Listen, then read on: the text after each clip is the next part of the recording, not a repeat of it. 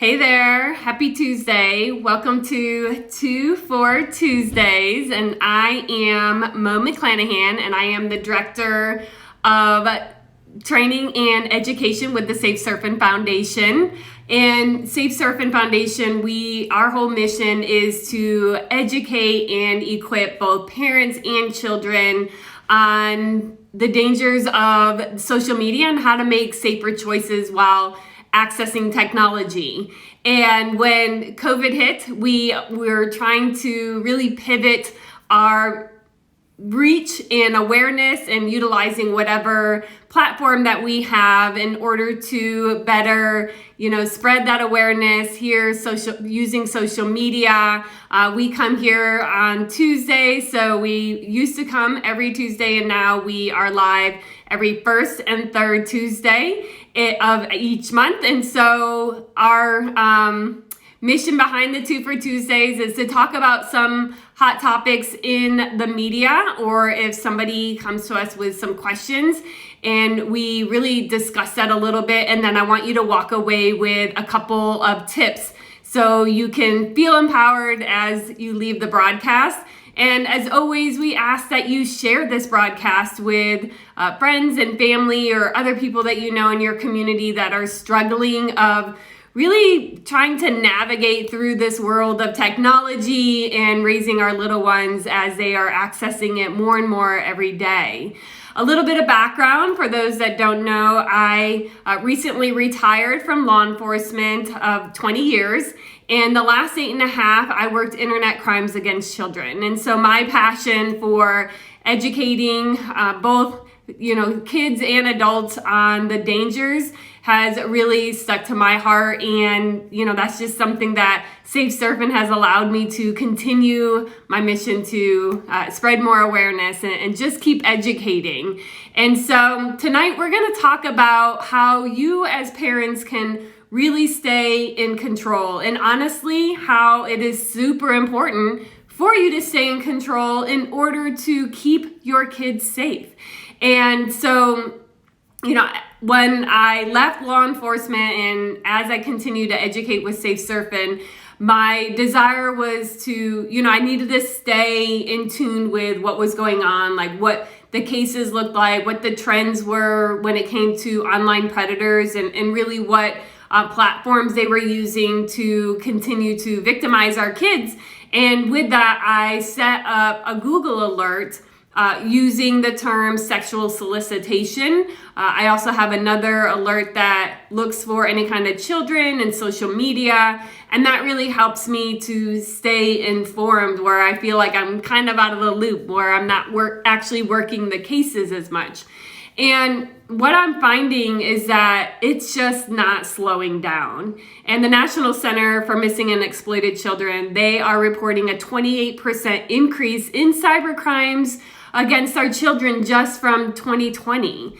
And though, things are starting to lift and, the restrictions are starting to lift where people are able to get back out and socialize and see each other and not so much isolated at home and being on electronics, our kids are now addicted to the screens because they've had access to it, and that's really been their crutch to lean on to really help them cope with all of the stresses that came with social distancing and virtual learning and all of that. And so they have the devices, and though I try to really, share the knowledge of, keeping kids away from electronics up into a certain age, but I just know that that's not realistic. And, being a mom of one, I get it. But now that they have the devices, let's talk about some ways that you can stay in control. Because reading some of these cases, like today, 2 cases came out where 2 men were arrested for child solicitation and they were indicted. Another man was arrested or sentenced to 8+ years for internet child solicitation. Another article I read yesterday was a mom who had attended some of these cyber safety presentations, and she felt like she was kind of on top of the social media and knew how to best monitor her kids' use, allowed him to have access to a third app, and they were victimized. So, as much as we can share these dangers, it's really going to be key to find the ways that you guys can stay in control while still allowing your child to have access to something that allows them to have connectivity with their friends and making sure that they are only talking to their real friends. So number one is to have these conversations, to really start it at a very young age.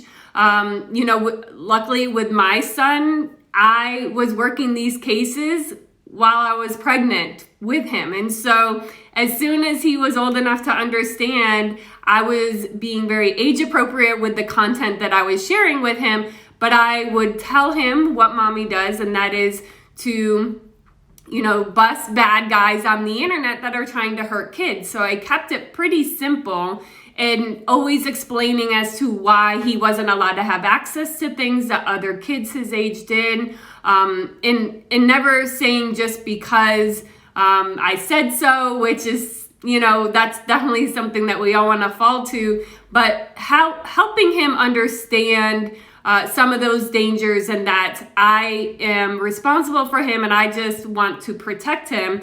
And that has really helped as he's gotten older, and now that he has access to some of the online gaming, just really continuing these conversations. And then as he gets older, I change the topic of the conversation, or I make it a little bit more older age appropriate. And you just start having these conversations and continuing it as they get older based on their engagement and activities that they're utilizing on these devices.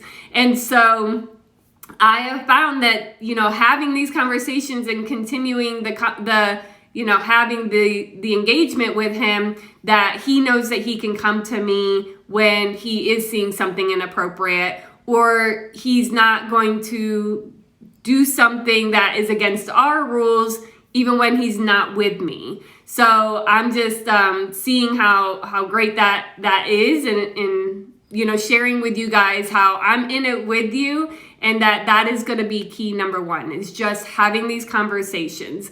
And again, if you're not quite sure what conversation starters to really trigger these conversations, then go through our website at safesurfing.org, and we have some blogs that really talk about those conversation starters.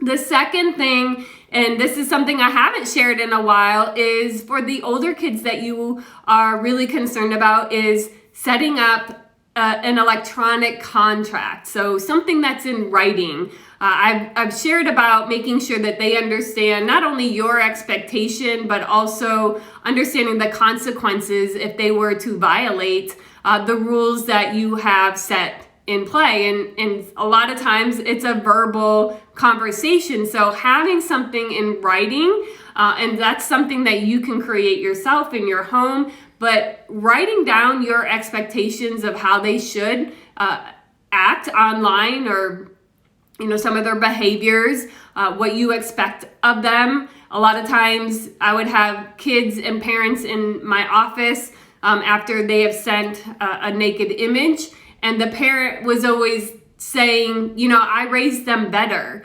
And I would ask them, but did you specifically tell them, do not send a naked picture of your breast or your genitals to somebody else?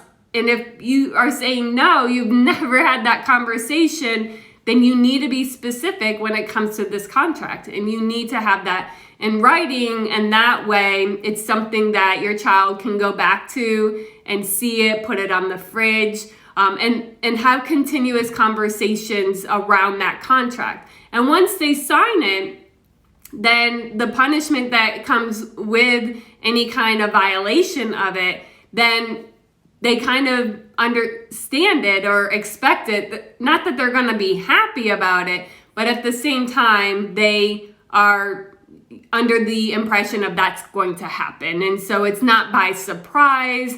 And that just really teaches them more responsibility, that their actions have consequences, just like in the real world when it comes to them growing up and maybe they don't do homework and there's a disciplinary act from that. If they don't show up for work, then they're not going to be surprised if they get let go or fired. So these are lessons that can really play a role for them as they mature and go into the real world. And this is where it's going to have to start, is through these electronics and really teaching them that there are consequences to our actions online and offline. And so holding them to that, consequence is really going to teach them some amazing lessons in life.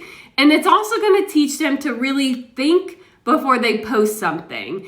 If you guys are having these conversations and you have the contract and they're seeing it every day, every time they open the fridge to grab like some milk or a snack or something, it's going to be in their mind. And so it's really going to create this pause before they act or react to a comment or a post or something like that. And it's really going to set them up for success.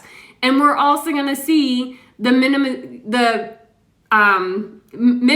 the victimization that they're going to be exposed to, because once they are already online and they're exposed to so much and strangers have access to them, if we're having these conversations and they have this contract and they understand your expectations as a parent, they're not going to want to let you down. And therefore, they're going to really start thinking about if somebody like a stranger is approaching them online, or maybe an adult that they know and it just seems inappropriate, they're going to know that they can come to you and they're going to report it before it goes too far. And then they're just kind of stuck with some of the consequences that come with those actions.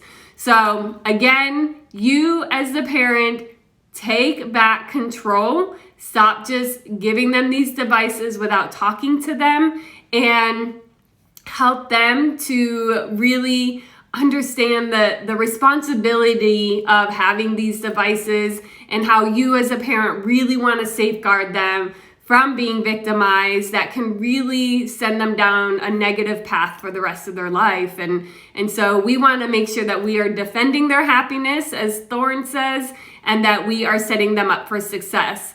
And, just to give you a little background about Safe Surfing as well, we have this program called Cyber SWAT that can be implemented into your child's school. It can be something that can be added to one of their social clubs that they're already a part of. And what Cyber SWAT stands for is, safety while accessing technology. And it really sets up the kids with some curriculum-based topics for them to talk about some of the things that they're seeing. And it's really for the peers to learn from each other. And kids will start teaching kids on how to be safe. Because let's be honest, they kind of stop listening to parents, right? They're not listening to some of us in authority or, figures in their schools. So gearing them up with the Cyber SWAT program has been key, and we're seeing the results be amazing. So if you want more information on that, again, go to our website. You can click the link here in our bio, and you can click the Cyber SWAT link, and that will send you to our website and give you some more information. We're really excited to get some onboarding and training going this summer and really help facilitators get ready for the new school year. And so we would love for you guys to be a part of that. Again, if you head over to our website and check that out. And thank you again for always tuning in and really trying to learn new ways of being in control and sharing this